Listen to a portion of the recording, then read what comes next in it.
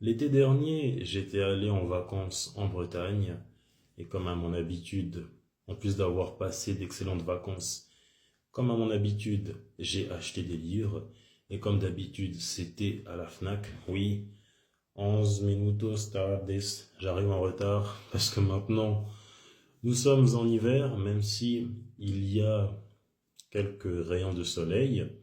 J'avais hésité à faire un vlog, c'est pour ça que je n'avais pas parlé des livres que j'ai achetés, parce que j'avais hésité à faire un vlog de la Bretagne, le vlog, et ensuite les livres que j'ai achetés, et au final j'ai changé d'avis. Je n'ai pas fait de vlog, même si la Bretagne, c'est très beau. Pour commencer, Blue Lock, tome 2, et même si au niveau de l'animé, on aurait dit un mauvais montage PowerPoint, lorsqu'il s'agit des mangas, les dessins sont vraiment incroyables. Ils sont très forts au dessin. Ensuite, notre canard égoïste, notre canard avare préféré, Picsou. Picsou Magazine, le numéro 581. Celui-là, je l'ai acheté bien avant qu'on arrive en Bretagne, à une station-service, à mi-chemin entre la France et la Bretagne. Bon, la Bretagne, c'est en France, mais c'était plus vers la frontière que j'ai acheté celui-là. Et dessus, on peut voir l'oncle Picsou et son rival Flersou. Et maintenant, si je dois ouvrir le paquet de la Fnac, car en France, bizarrement, ils ne savent pas ce que c'est un cornet. En Suisse, on sait ce que c'est. Un cornet, c'est un sac en carton ou un sac plastique, mais là-bas, ils n'ont pas. J'arrive devant le vendeur, je demande, je peux avoir un cornet, hein? Je peux avoir un cornet, hein? Il a cru que je parlais d'une glace. Moi, je parlais d'un sachet.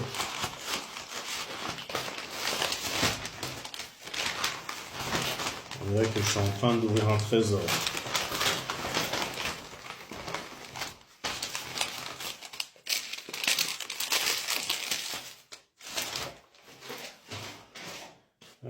Il y a des mangas.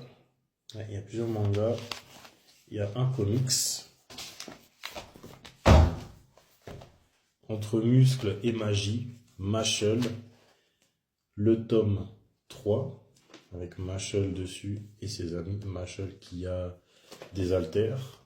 J'aime beaucoup la série de Mashal qui utilise sa force physique, parce qu'il a une force herculéenne. Il utilise sa force physique pour pallier le fait qu'il n'a pas de pouvoir magique.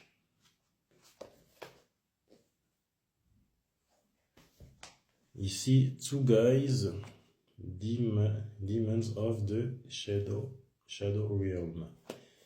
Rien qu'à regarder le dessin du personnage principal, ça vous fait penser à un personnage précis. Je laisse les gens un peu réfléchir.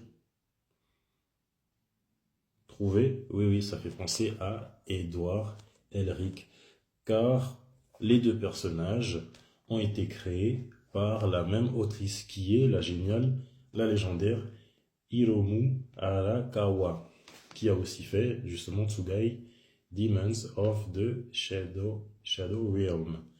Et bientôt, l'anime va arriver. L'anime est censé arriver cette année, je ne sais pas quel mois, mais l'anime va bientôt arriver. Je n'ai pas vraiment regardé l'histoire, mais si je dois lire, chasseur aguerri, le jeune Yuru mène une vie paisible au contact de la nature dans un village situé en plein cœur des montagnes. Il prend grand soin de sa sœur jumelle, Asa, si ça ce n'est pas rappeler la relation entre Édouard et son jeune frère Alphonse, dont il prend beaucoup soin.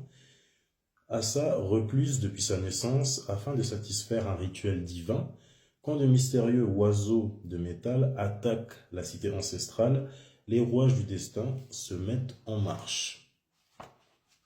J'aimerais bien avoir un crossover entre Tsugai et Full Metal Alchemist, ça serait bien. Là, Hunter x Hunter numéro 38, que on attendait tant. L'ancien Togashi, il est en train de se casser le dos juste pour notre propre plaisir, les fans, hein. Et on doit l'applaudir, on doit vraiment l'applaudir. On attendait ce numéro depuis bien longtemps et il nous a donné ce numéro. Je n'ai pas encore lu, mais les dessins, c'est énorme. L'ancien, il est en train de dessiner des dingueries. Mais il faut qu'il se calme, ce n'est pas pour rien qu'il a autant mal au dos, hein. Faut regarder les pages comme elles sont remplies. Maintenant, One Punch Man, numéro 31, avec King, King l'imposteur sur la cover. Je ne sais pas ce qu'il se passe dedans. Bon, on voit King. En tout cas, est-ce que King va développer de nouveaux super pouvoirs? Je ne sais pas. Et je ne sais pas vraiment ce qui se passe dans ce